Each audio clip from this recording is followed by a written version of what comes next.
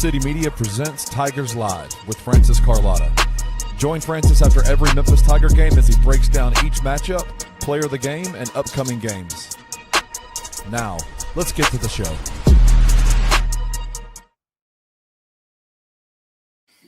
What's going on, everybody? Welcome to Tigers Live. I'm your host, Francis Carlotta, joined by Kenny Stubblefield, coming at you after the Memphis Tigers get a 86-70 win against the New Orleans Privateers. Good win, Kenny. Good win tonight, man. A lot of positives to take away. Good stuff. How you feeling?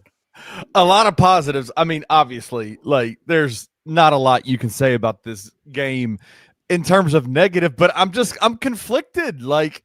I don't know what I saw. Like what did I see, Francis? Yeah. Too much good things. Is that a thing?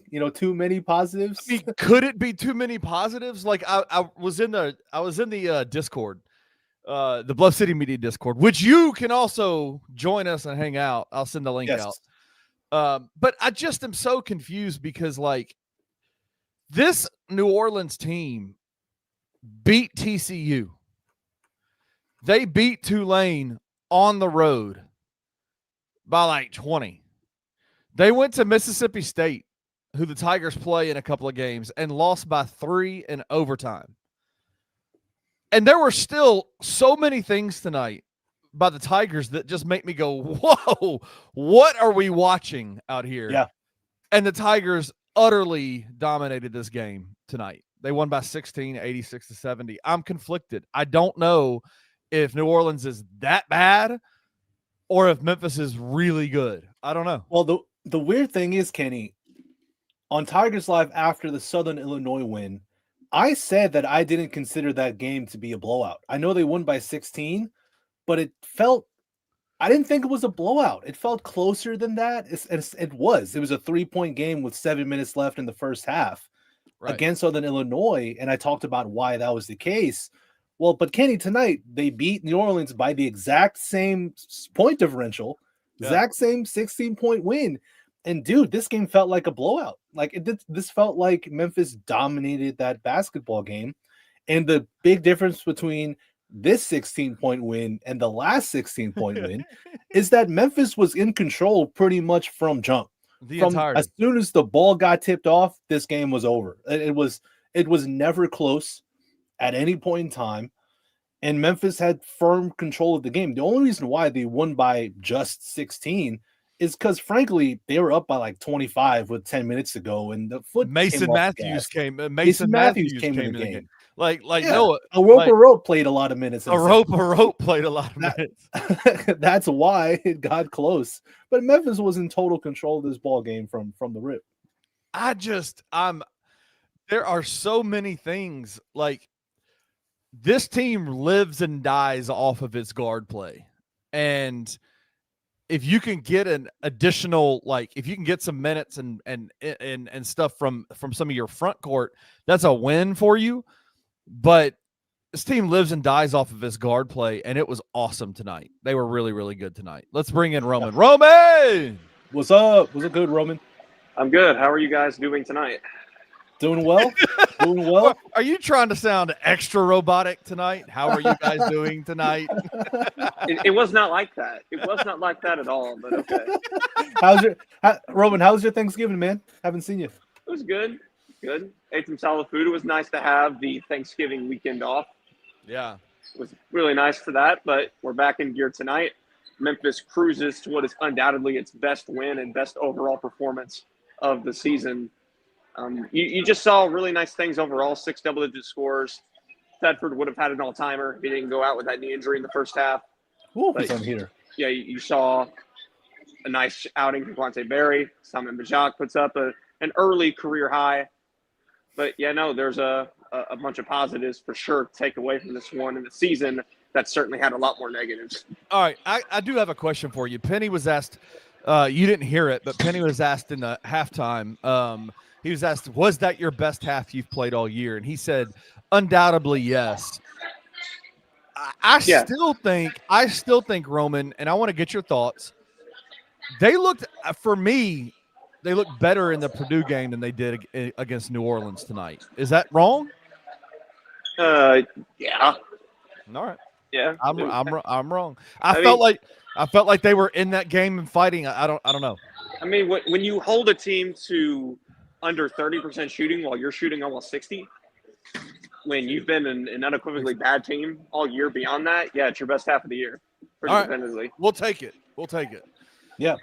What a weird game. I said when we first got on the show, Roman, I'm conflicted because I don't know like what I saw out there on the court tonight. Like the Tigers team, it looked like they were playing against a BCM basketball program. Like, but this New Orleans squad has played a lot of games on the road so far this year and have been every game on the road actually.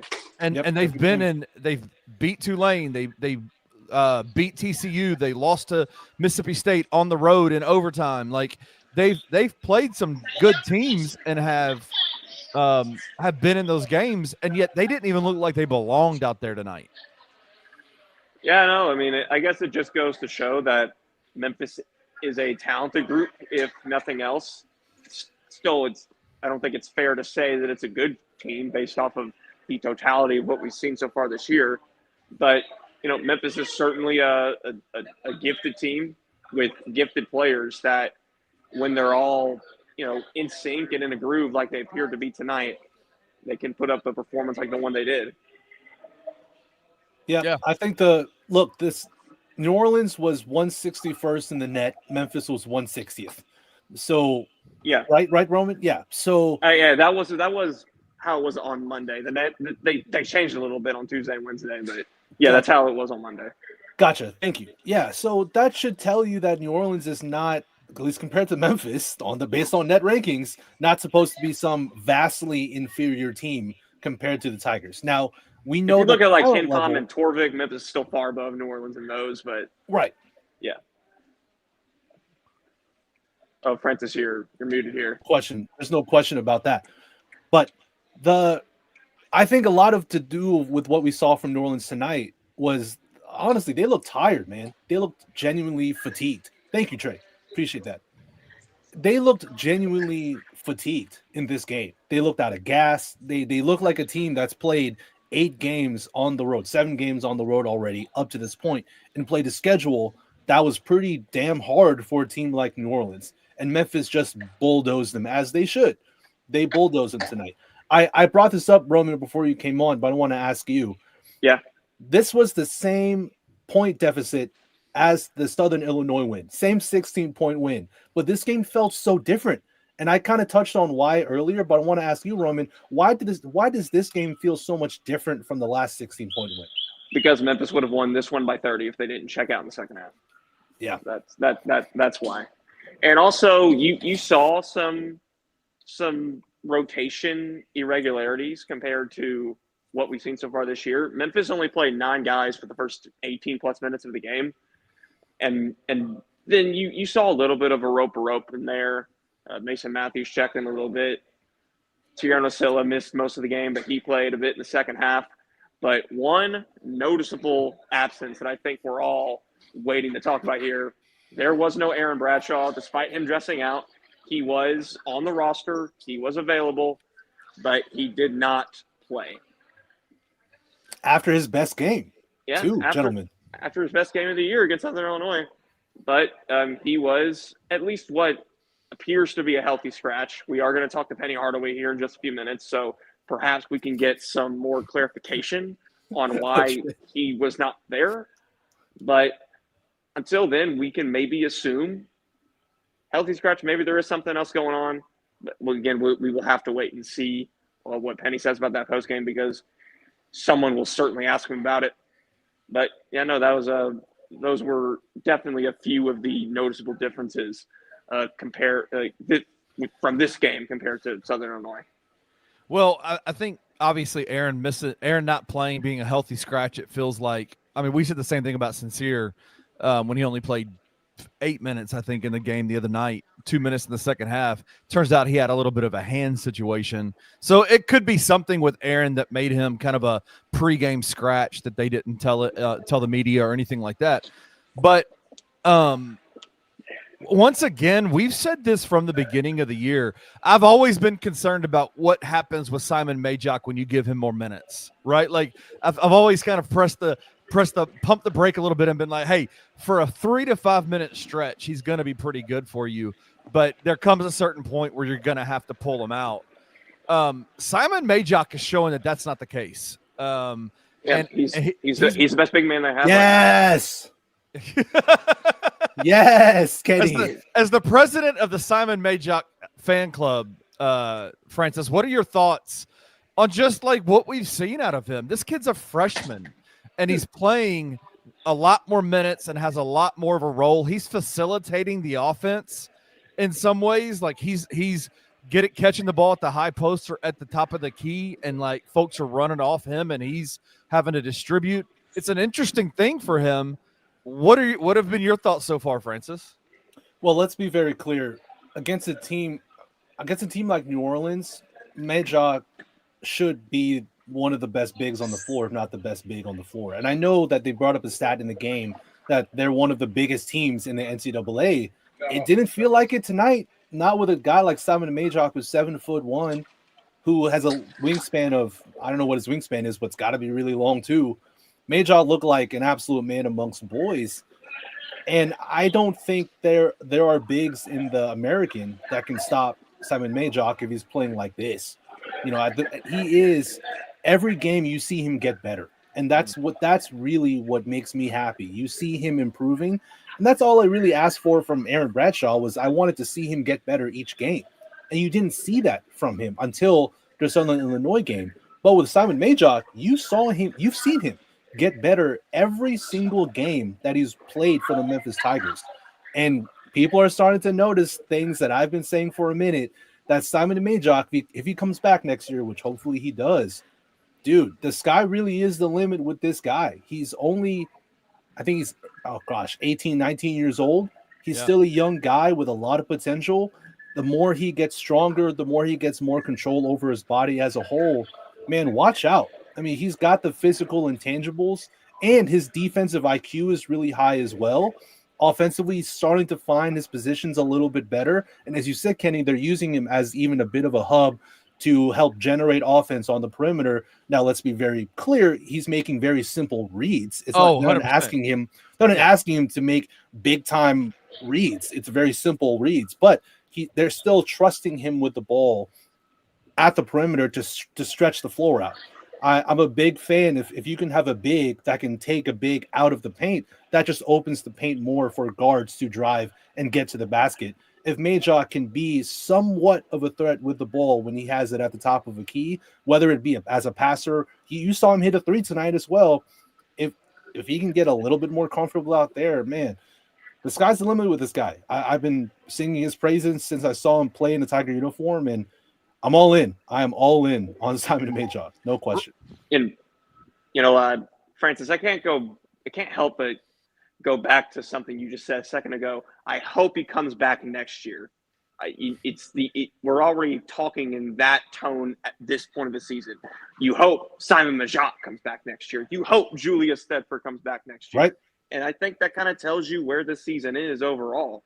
Like even after 2 consecutive wins, you're in a place where unless you can pull off some upsets over these next 3 games, a quad 2 and 2 quad 1 opportunities, unless you can do that, you're not going to be in position for an at-large bid. And you're going to have to hope to roll through the American Conference and likely win the American Conference tournament in order to get back to March Madness there. So I think we do need to, obviously Memphis needs to take anyone it can get at this point. It's 1-2 in a row. The vibes are certainly higher than they were a couple of weeks ago, but it's still got an extremely long road ahead of itself. And I think that's exemplified by already talking in these terms. You hope these guys are back next year, and whatever. It's December. You should not be saying that in December. No, I'm pushing back on you, Roman. I'm pushing back because that's not the case. I think what Francis, and I'm going to speak for Francis because I feel the same way. It's not about talking about them coming back next year has nothing to do with how we feel about this year. It's about the fact that, listen, Simon Majok is a guy who came in the game that was an afterthought at the beginning of the year. and has become one of the key pieces for this Tigers rotation. And you just think to yourself, I mean, damn, Francis said last week that Simon Majok was the most NBA ready dude on this roster. Stop and so like what we're thinking about is, what is this dude going to look like in a couple of years, right? Like, what is this dude's going to be like? Damn, I don't even know, Zach Edey out there, like in Purdue. This could be a 2-time Naismith Player of the Year, Roman. Like that. That's what Francis is talking about, I think. Well, look, I'll pump. No, that's not. I'm not saying he's gonna be a 2-time Naismith. God, come on, Kenny. That's not what I'm saying at all. But I agree with that. Is the point I'm trying to make? I'm not necessarily using that language to throw away this season. They're 3-4. They're 3-4. I definitely understand where that comes from. No question, Roman. We've talked about the talent level of this team, the ceiling of this team, all those things. We don't really know yet. A lot of basketball to be played. With what we've seen, though, I'm not saying that those sentiments about what this team likely will be are unfair. From what we've seen, I think it's totally fair to have those sentiments about this Tigers roster. What I'm trying to say is essentially what Kenny is saying, besides the NBA stuff, the Naismith Player of the Year stuff. In this age of NIL, I don't know the Memphis Tigers NIL budget. I don't. Y'all are way more privy to that than I am. Not anymore. But in this age of NIL, if Simon Majok continues to get better as the season progresses, what does that mean to his value with NIL? It only continues to go up. And as teams, genuine blue bloods in college basketball, they're going to look at a guy like Simon Majok and say, damn, I would love to have him on my roster. Let's see what package we could put together to offer him. Let's see what he's making currently at Memphis, and let's double it. Let's give him more money. And that's just the reality of college sports, especially for a program like the Tigers. But I'm just saying that if Memphis were 7-0, you would not be talking in these terms. That's just the truth. No, that's unfair, Roman. That's not true at all. If Memphis were 7-0, you would not be talking in these terms. I'll push back hard on that. That's not true. I still would be saying the exact same things because Simon Majok is a 19. Okay, he's a 19-year-old guy in college basketball with a lot of eligibility left, with a lot of talent and a lot of promise as a prospect, as a basketball player. With the state of college basketball, we just don't know if he's going to come back. We don't know that. We don't know if these players are going to return to Memphis after this season. We just saw last year where a team was the 5th seed in the NCAA tournament, and all of them are gone. It didn't matter how good that team was last year. They're all gone now. And I know there are a litany of reasons for that, but money plays a factor, especially in college sports. And so my point is, you just don't know who's going to return to this roster after this season. You don't know that. Memphis could have gone undefeated and won a national championship, and I would still be saying the exact same things. You don't know who's going to come back. You wouldn't be saying in December, though. It's December 3rd. Still be saying the same thing, man. We're still not even close to conference play. Still got 3 whole weeks of this non-conference. Still got to play Louisville. Still got to play Baylor. You still got to play all these power conference teams. And my point is time to look ahead to next year. My point is separate. Hopefully Majok and Thetford are back. Roman, my point is separate from what you're saying. I agree that Memphis should hope for those guys to return, but my point is not related to the success of this team currently. My point is about the state of college basketball and college sports in general. I hope Simon Majok comes back because of how, frankly, likely that a lot of these dudes won't be back next season because of the state of college sports. It has nothing to do with how well this team is doing. So my point is separate from your point. That's what I hope to make very clear. Okay. I don't believe you, but sure. Let's move on. Move on. Well, listen. It is interesting to me, Roman, from the beginning of the season, you have said that Penny has called Hassan Abdul Hakim kind of the Draymond Green of this roster, a guy who can kind of do it all. He said that verbatim. Right. Kind of. He said that verbatim. All right. Thanks, Roman. He played his second game tonight. 3 points, 1 for 7 from the field, 0 of 3 from the 3-point line. He had 2 rebounds, 2 assists, and 3 turnovers.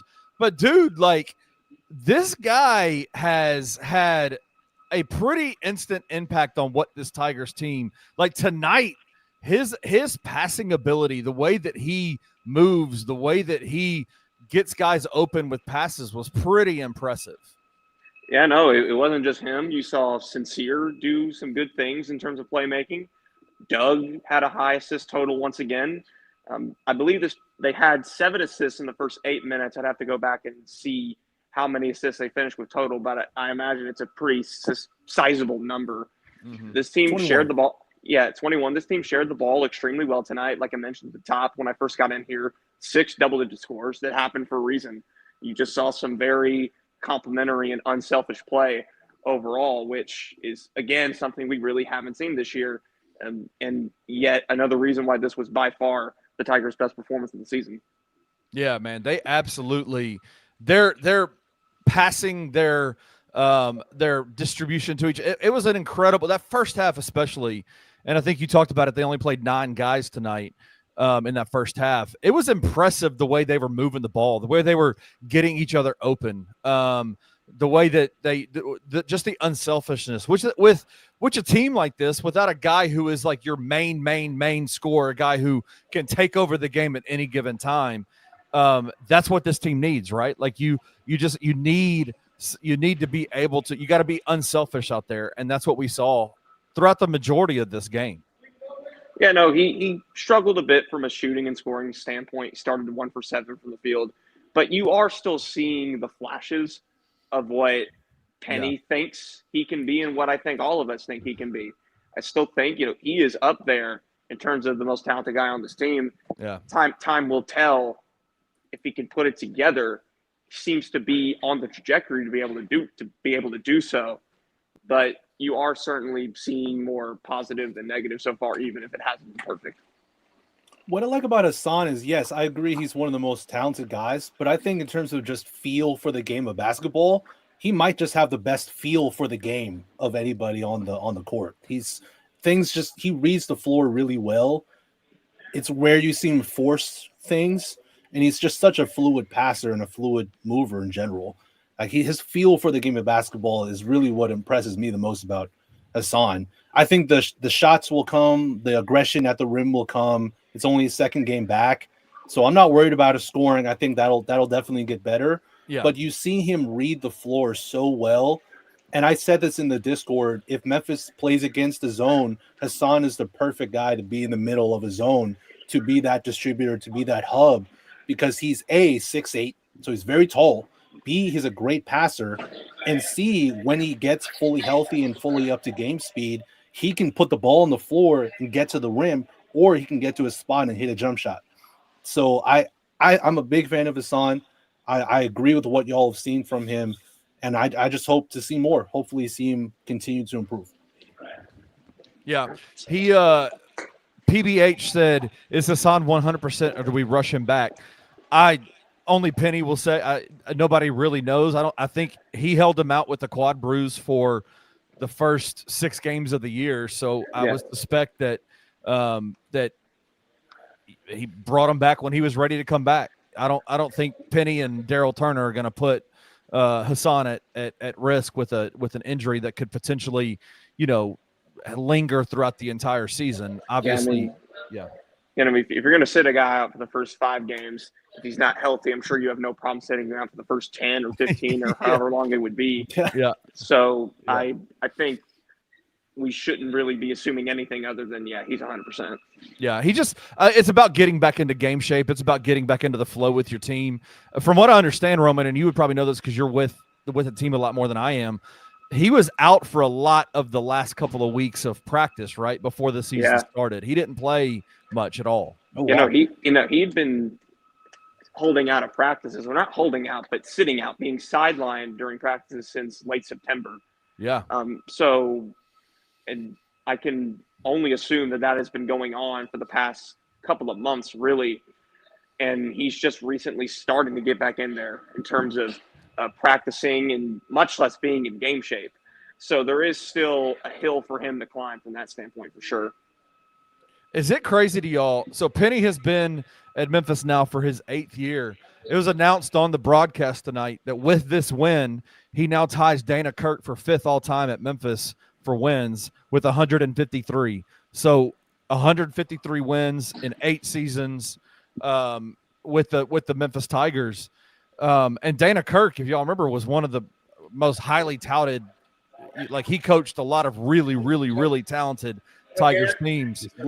Man, shout out to Penny, man, for 8 seasons and 153 wins, being 5th all time on the University of Memphis win total. Yeah, no, I mean that's certainly a trajectory. When you're winning 20 plus games a year for 8 years, you're going to get up there. Mm-hmm. He certainly had his bumps and bruises along the way, and looks to be, in a very tough spot this year. But if anyone can lead this program through it, Penny has shown that he is one of the few that is capable of doing it.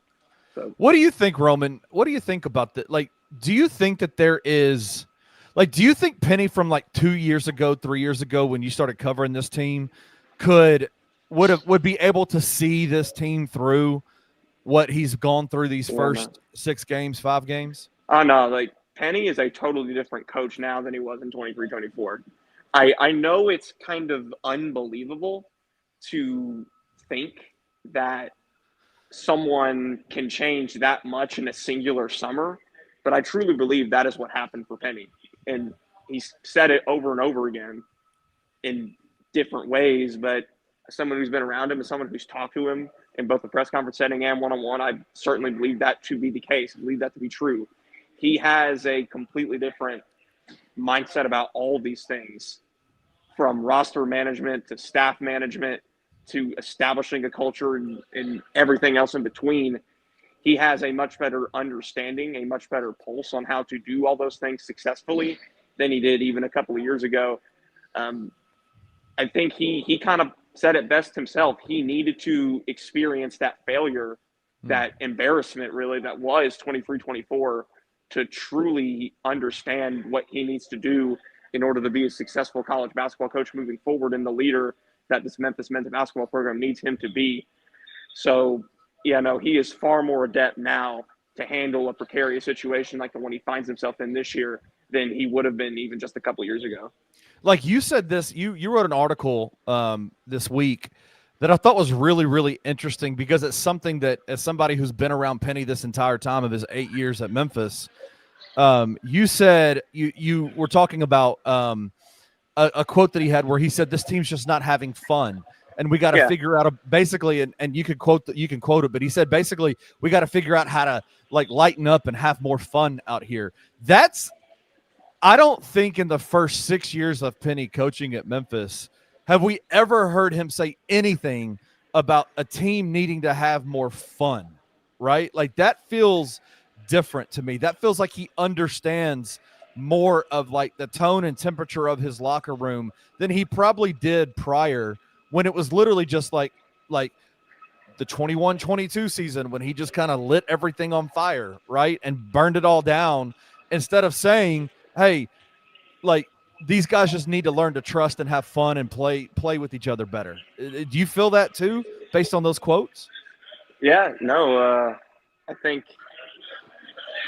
you certainly see a certain amount of rigidness with the way this team has played at a lot of points this year. So, if Penny believes that the solution, or at least one of the solutions, is loosening up, having more fun, as he likes to say, then I'm going to trust him on that. And again, when you distribute the ball the way that you saw Memphis do tonight, that certainly does suggest a bit more of a looser brand.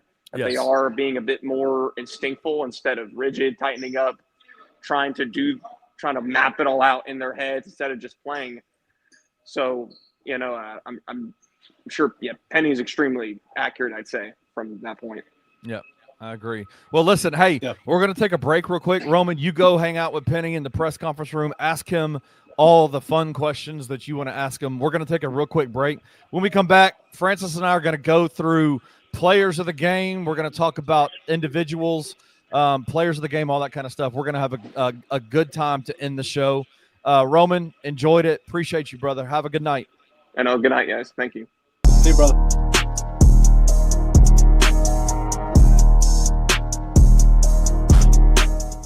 Are you ready to admit you were wrong about Zach Edey? I hoped I was wrong.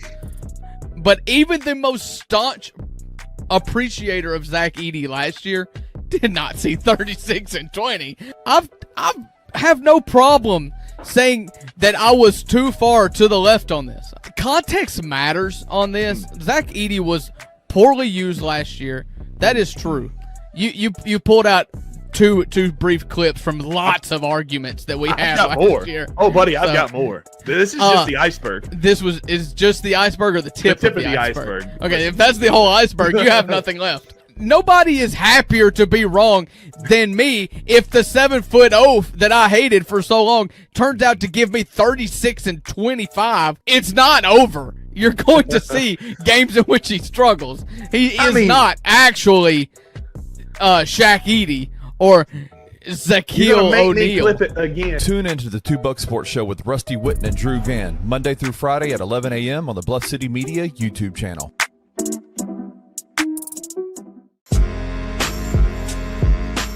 In Memphis, we know a thing or two about resilience. From the grindhouse to the Delta, we protect what's ours. But when pests invade your home, it's time to fight back.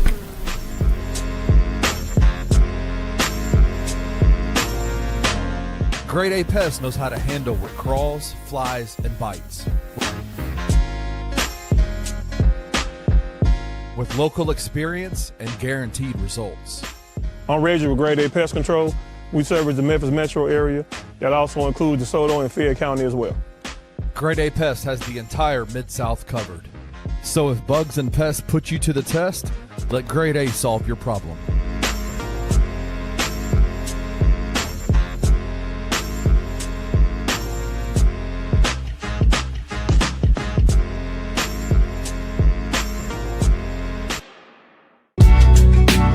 In the heart of the Highland Strip for 27 years, Trilogy Tattoo has helped tell stories for Memphians for generations. Located at 530 South Highland, Richie and his team are waiting to help you tell yours. From tattoos to piercings, your body art should be as unique as you are. Voted a Memphis Flyer top 3 tattoo shop in the city of Memphis since day one. Your story will be safe here at Trilogy Tattoo. Open 7 days a week, Monday through Saturday, 11 to 11, and 3 to 11 on Sundays. They have convenient times waiting on you. Let Trilogy Tattoo help you tell your story.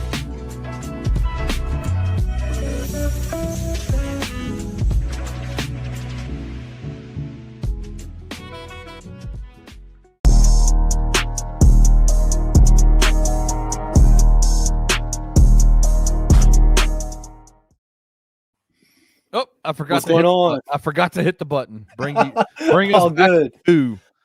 All good, man. What's going on, everybody? Welcome back to Tigers Live. Kenny, quick before we get into player of the game and all that stuff, man. Just a quick insight on what's been going on in my life. I had jury duty yesterday. What? And I got selected to be not on the jury, but to be a part of the jury selection process. Oh wow! I didn't expect to be at all. I've never been called for that before in my life.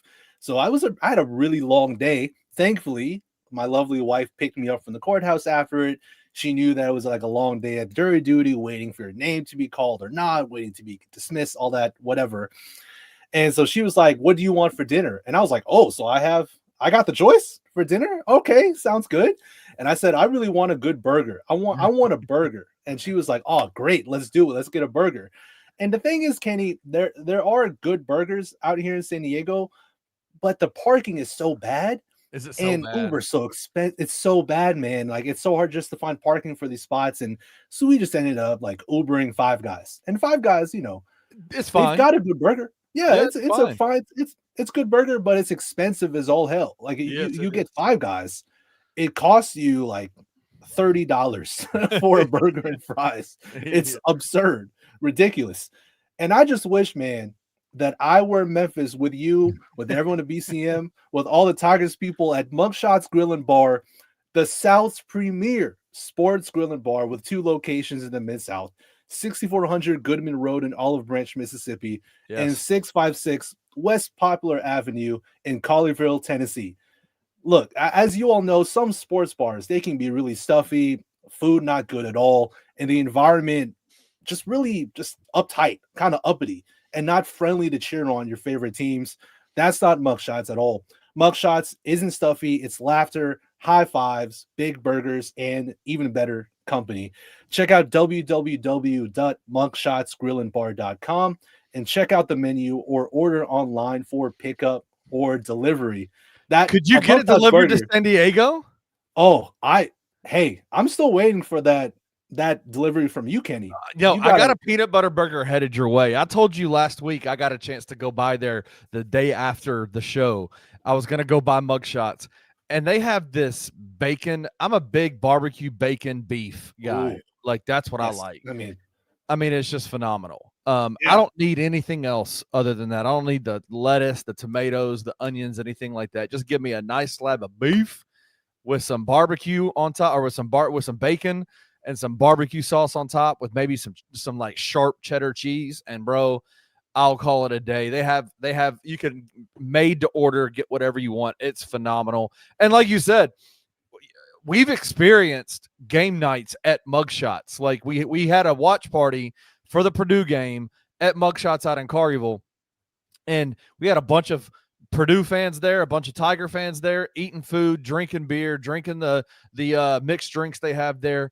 Phenomenal time. Lots of really cool TVs. But one thing they've done is they have also now put in a massive projector screen in the room where we have our watch party at. And so when we have our next one, which we'll be announcing very soon, massive projector that comes down from the ceiling with surround sound and all that kind of stuff. Gonna be a great night. So good burgers, good drinks, and a lot of big TVs to watch the game, and good people, man. That's a lot of fun. hell yeah, absolutely. Shout out Mugshots Grill and Bar for sponsoring Tigers Live. Awesome place to watch games, eat great food. So go check them out, go hang out, go with friends, watch some sports, get some good drinks, eat some good food, and have a good time at Mugshots Grill and Bar. Kenny, you talked about how you feel conflicted after this game, because there were a lot of good stuff to come out of this basketball game, man. Yes. A lot of positives to take away. And so let's start with some positives. Player of the game. Who is it for you, Kenny? Well, it's going to show up as one person first, but I'm going to change it really fast before I bring it up. Clearly, it's got to be Quante. It's not Aaron Bradshaw. Clearly, it's where am I? Kenny now just left. It's me. Hey, clearly, it's Francis Carlotta. No, it's Quante Berry. Like that guy. Okay. Julius Thetford started the game on a heater, unlike a heater we've seen ever in Memphis basketball, to start a game off. Unbelievable shooting from the beginning. Scored the first 11 points of the game for the Tigers. Obviously, he went down with a knee injury, and I'm hoping – I saw him on the sideline, and he looked fine. He was around. He was engaged with the team. He wasn't back in the back. So I'm hoping that he'll be fine. They didn't need Julius Tedford tonight. New Orleans was trash. That's why I'm conflicted. Is because they look so bad, but they're not bad. Maybe Memphis is that good. Like, I'm just confused. And so I'm really ready to see what happens in the next few games, because they've got a hard stretch coming up. But tonight, Quante Berry, 17 points, 3 rebounds, 2 assists, 7 of 8 from the floor. How many of those were threes? What 3 for 4. 3 for 4. Shooting the 3. I have said from the beginning, Francis, this year, of all the guys that I saw coming into the FedEx Forum last year to play against the Memphis Tigers, there was this young man from Temple that I loved the way he played, and it was Quante Berry. I loved how he moved. I loved his size. Yeah. I liked his defense. I liked everything he did. I thought he was just a hooper's hooper. And so when Memphis got him, I said, bro, okay, like, this is kind of going under the radar a little bit, but Quante Berry's a beast, and I like him. I don't remember him being this good of a shooter, but he has been probably the Tigers' best three-point shooter all year so far. Yeah, I echo everything you said. And Quante, again, if you listen to the show, hello. If you listen to the last episode where I was kind of giving it to you about your out of controlness on defense, tonight, right. Quante, much better on the defensive side. 2 steals, 2 blocks, from you as well, man. I thought the way Quante defended tonight was what we need from him on a night-to-night basis. Yes. He was everywhere, but he was everywhere while in control at the same time. He still had 4 fouls, but those fouls aside, I didn't have issues with him because actually I thought overall he was playing within himself on the defensive side. And what does that look like? It looks like this: 2 steals, 2 blocks, getting his hands on loose balls, and being impactful on the defensive side, not just leaving your man unnecessarily, making sure you're in the right positions on defense. I thought Quante defensively had an awesome night. And as you said, for him tonight offensively, 3 for 4 from 3, 7 for 8 from the field, 17 points. There are some shots, Kenny, that Quante will let a 3 go, and you just know it's going to go in. You just know it is. You kind of just feel it, how he releases his hand, how the ball comes off of his hands. Like, all right, that's cash. And he's getting to that point where he's become the most reliable 3-point shooter on the team. I can look it up very briefly if he is the best shooter on the Memphis Tigers. He's shooting 46.2% from the 3-point line at home. Gotcha. Let me see what the splits are. He is shooting 33.9%. Oh no, I'm sorry, 41.2% from the 3-point line this year. He's I don't have a total. I got it pulled up. He is 7 of 17. 7 of 17.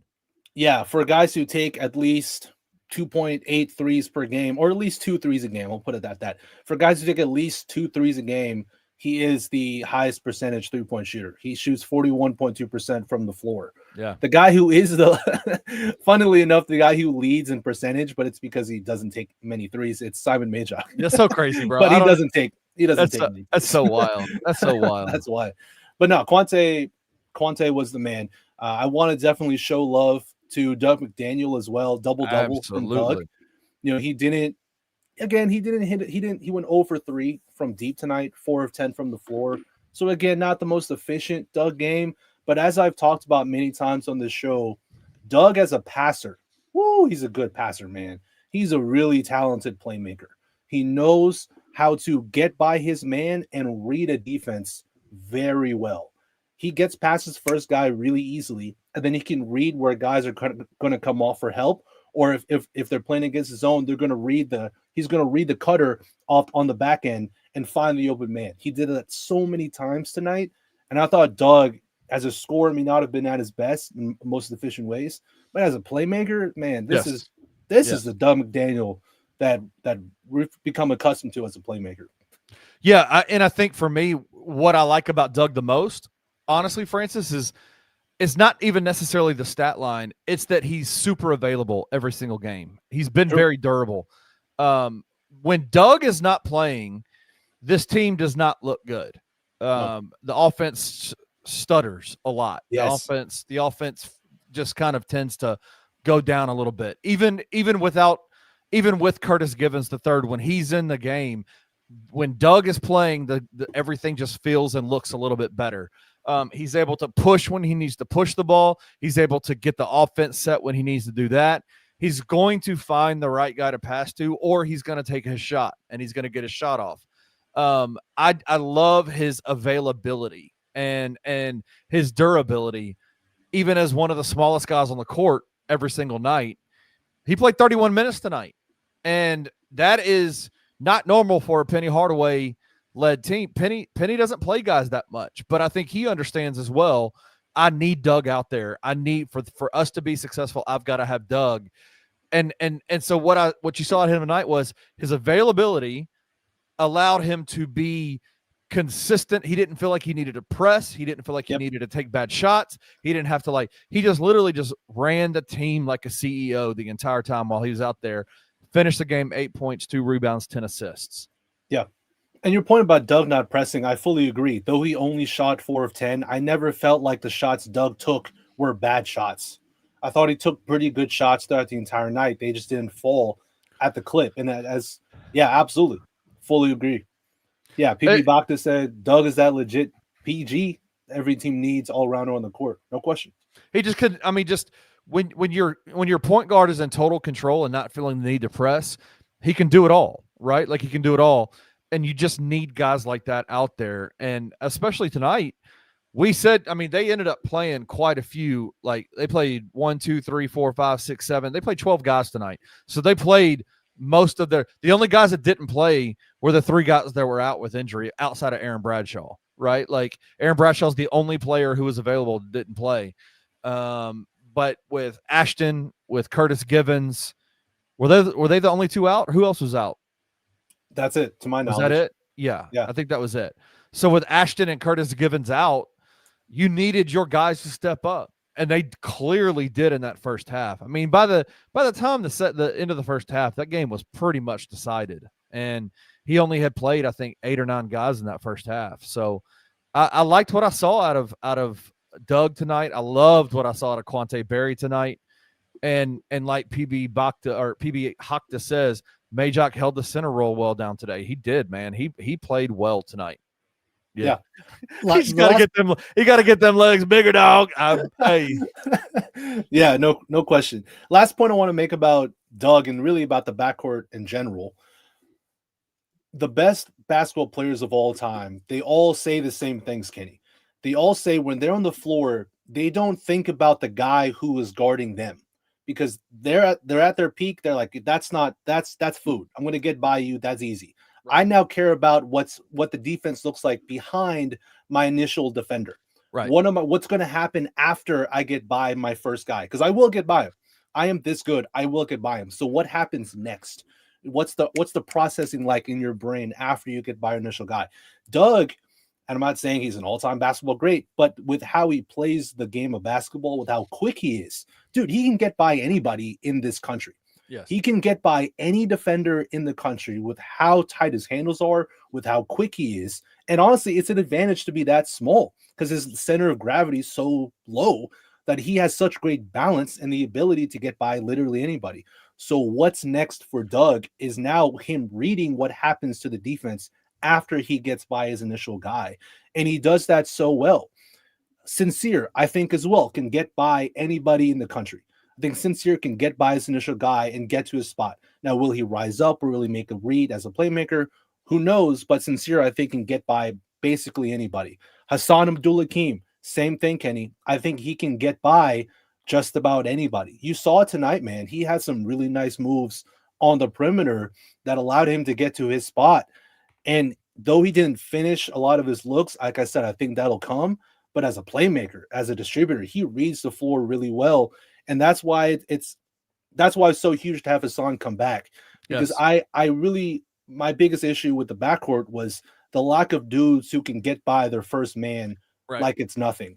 Right. And Hassan, Sincere, and Doug can all do that. Quante is a really good off-ball mover, very good off-ball mover, especially on the perimeter. There was one play, Kenny, I think it was in the, I can't remember, it was in the first half where a lot of really good ball movement.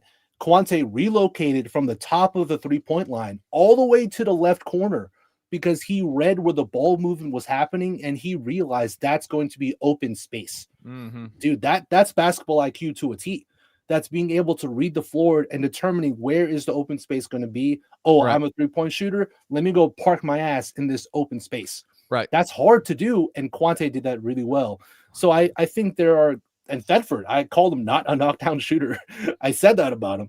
But tonight they're running down screens for Thetford because he was knocking down threes like it was nothing.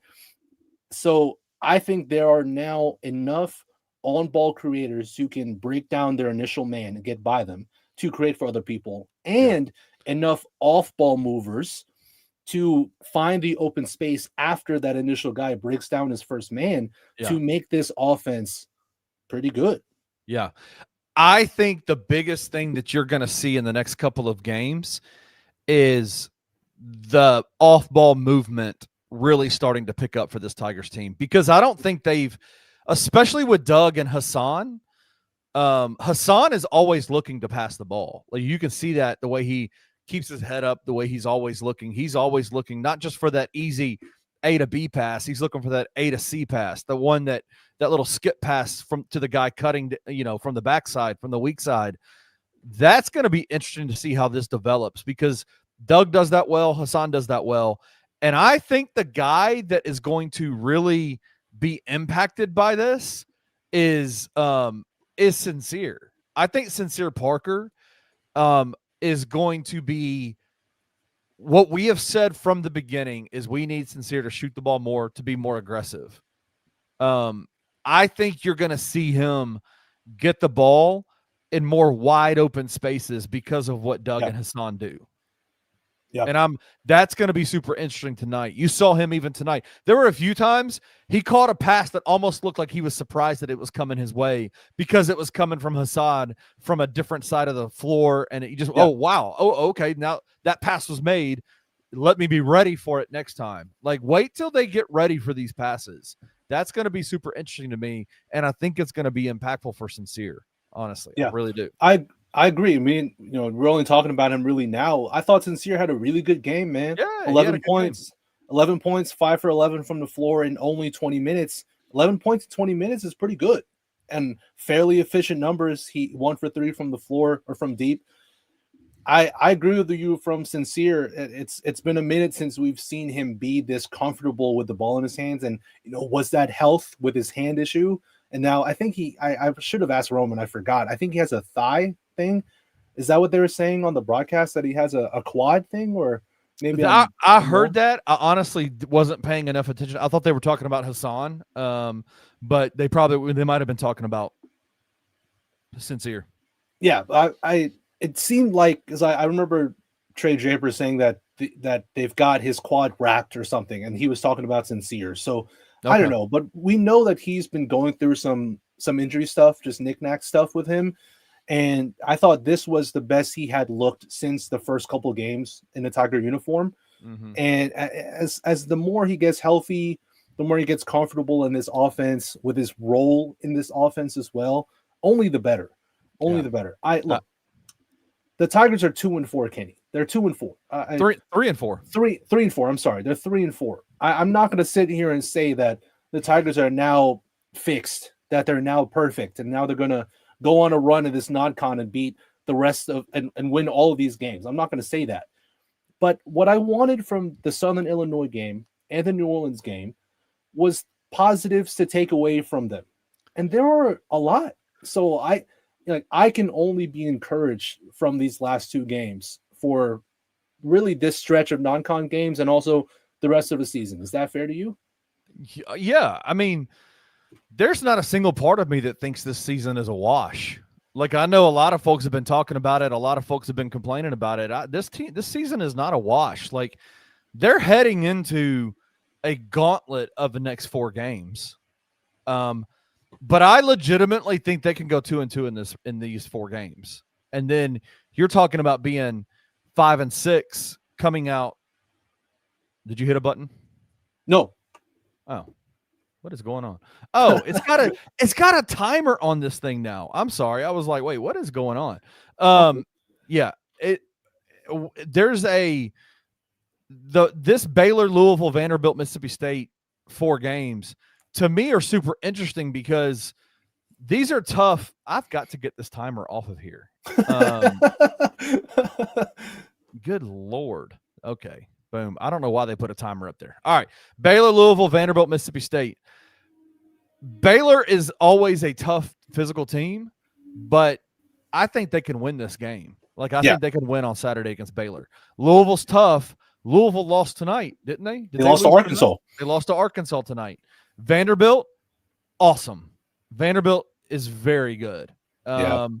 Mississippi State is not good at all. And I mean, these are teams that have notoriously given the Tigers trouble, right?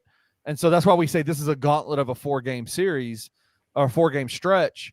But I think you could go 2-2, maybe even 3-1. And let me just tell you, man, like, if that's the case, then it's rocket season at this point. Like, it's go time, right? Everybody knew that this was going to be a rough stretch, I think, for the Tigers coming out. No, I don't think anybody thought the UNLV loss would happen. The Wake Forest loss was gutting. The Ole Miss loss, it is what it is. They haven't won in Oxford in 100 years, right? Yeah, like, it's been a long time. The Purdue loss, they showed very well in that Purdue loss against the number 1 team in the country. the losses have been frustrating. Some of the losses have been frustrating. But this team is moving in a good direction. They're getting their guys back healthy. They are starting to gain an identity, I think, a little bit. I really think that that the Tigers have the potential to really make a good little stretch here for them in this non-conference and get everybody back on the right track. I mean, we're seeing it in the Tiger coverage. We're seeing it in the fans that are showing up to games. There are a lot of folks that are really hesitant to come out and support this team. Man, show up on Saturday and cheer this team on in Baylor, man. I think it's going to be against Baylor. I think it's going to be a interesting game. We'll see. Yeah, no, very well said. Tiger Nation, y'all got to show up Saturday. The FedEx Forum's got to be rocking. That place has got to be as loud as it's ever been. And I think this stretch is doable, and I think 2-2 is definitely possible against this tough stretch of games. I don't. There's so much basketball left, man. I mean, there's just so much basketball left. Like I said, all I wanted to see from Southern Illinois and against New Orleans was positives to take away. There are lots of them. They've looked better after these games, and again, it's bad competition, yada yada yada. But the ball movement against New Orleans, the defensive intensity against this team was awesome. Awesome. If they had played Southern Illinois mega close and beaten by like 7 or 8, or then they beat New Orleans by, again, 7 or 8, then I would be willing to be more pessimistic and, just be more pessimistic. I would definitely, no question. Yeah. But there are positives to take away, and especially from this New Orleans game, with a well-rounded offensive performance and a defensive performance that also was well-rounded. I also want to give shout out flowers to William Warden. He was like a last-minute starter in this game, because I know that they announced 4 starters and Warden was the one guy that wasn't announced yet. It gave me WWE vibes. It's like Penny was waiting to announce who's guy? The final guy? Yeah, who's the final man? And that's hilarious. Okay, William Warden, a guy who's actually played well over these past few games. Yeah, I like him, Kenny. I like him as a defender so much. Offensively, not that much offensively, but on the defensive side, he adds a lot. He is so switchable, Kenny, and he plays so hard.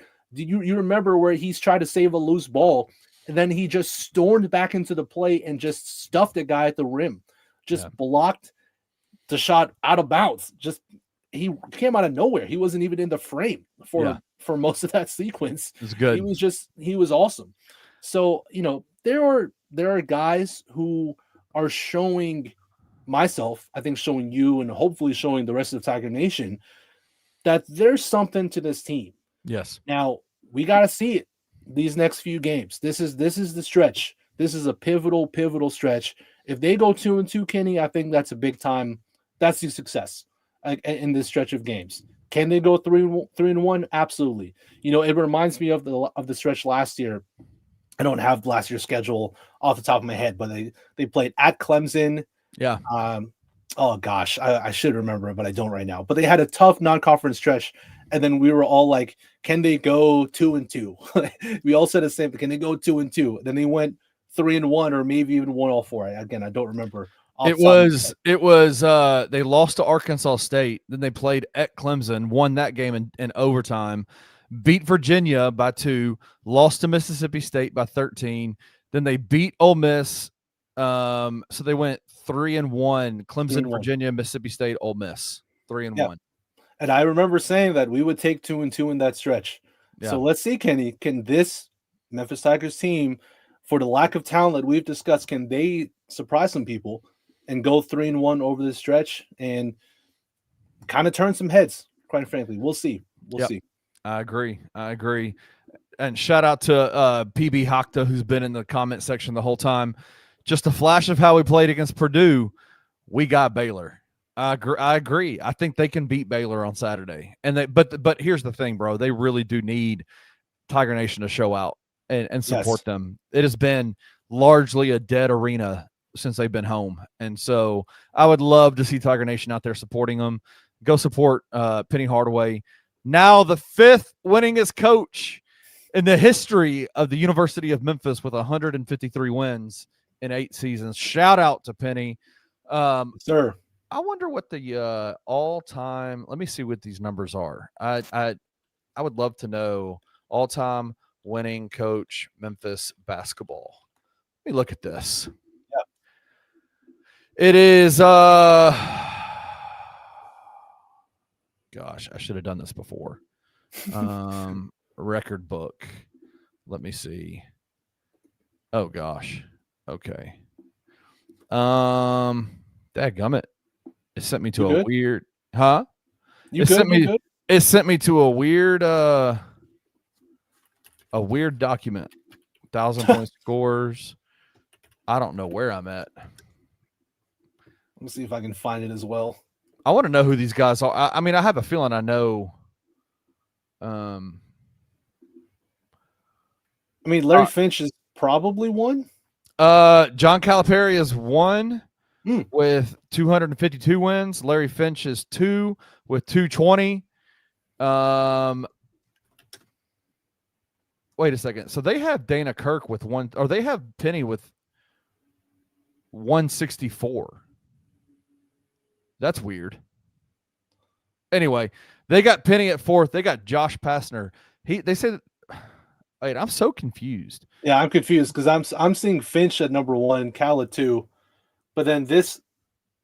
Yeah, Basketball Reference says Calipari at 1, Finch at 2, Pastner at 3. Yeah. And Penny then at 4. At 4. That's what I see. That's what I see too. But maybe it's regular season wins. It might just be regular season wins. I don't know. Right? I mean, I'm on Basketball Reference too, and that's what it had. I was confused. Yeah. Anyway, so it looks like he's pretty close to Josh Pastner. So anyway. Yeah. Well, like I do want to, before we get out, the point that Pete Baptist said about the Purdue thing, I do think that the first half against Purdue is Memphis's best half. It was against the number 1 team in the country, and they were only down by 1. I understand how good they looked against New Orleans, but it's New Orleans, and so they should look this good. But against the number 1 team in the country, nobody, and I mean nobody, thought Memphis would look that good. Nope. Nobody. Nope. So that, for me, is the best half that Memphis has played this year. Yeah. But the first half against New Orleans, and really, I would still say this is the best 40 minutes that they played. Second half against Purdue, let's go. They just didn't hit shots. Let's go best 30 minutes they played. Sure. That last 9, minutes. 31 minutes, because that last 9 minutes, maybe Mason Matthews in the game. Like, come on. And yeah, that's true. That's true. No, if Memphis showed to us in that Purdue game, yes, it wasn't a win, but they showed that they can hang with the best team or anybody, the best team in the country. Yep. And if they can do the same thing but do a better job executing down the stretch, then let's see what happens, man. Let's play ball. Let's go have some fun on Saturday. Hey, guess what? Me and you will be back on Saturday. We're going to be back with Tigers Live immediately after the show, or immediately after the game against Baylor. We'll have another awesome show, hang out with everybody. It'll be a fun time. Let me make sure I find out when the game is. Man, I need to do some like pre-research before I start talking. 3:30 p.m. on CBS. So at about 5:30 or 6, Tigers Live will go live immediately after the game. Come hang out with us. We're going to have a good time. Yes, sir. Yes, sir. Come hang out with us. To everybody in the comments who hang out with us tonight. Yes, thank you. Shout out to all of y'all. Shout out Zay Dotson. Zay? Yeah, I put the same thing up. What's up, Zay? What's up, Big Zay? What's going on, man? What's going on, bro? Everybody. Zay Time Takes. Y'all check out Zay Time Takes all over all the social medias. That's the man right there. Absolutely. Shout out to everybody in the comments. All love to all of you. And came in late. Want to shout out Trey Draper. Yeah. shout out Trey Draper. Shout out Trey Draper. Yeah, Trey Draper's my guy. Yes, sir. Absolutely. Everybody in comments, all love to y'all. Everybody tuning in to Tigers Live. Always all love to all of y'all. For Roman Cleary, Kenny Stubblefield, I'm Francis Carlotta. We will see y'all after Baylor on Saturday. Peace. Thank you for watching this episode of Tigers Live. If you enjoyed this episode, like and subscribe to Bluff City Media's YouTube page. We'll see you back here next time.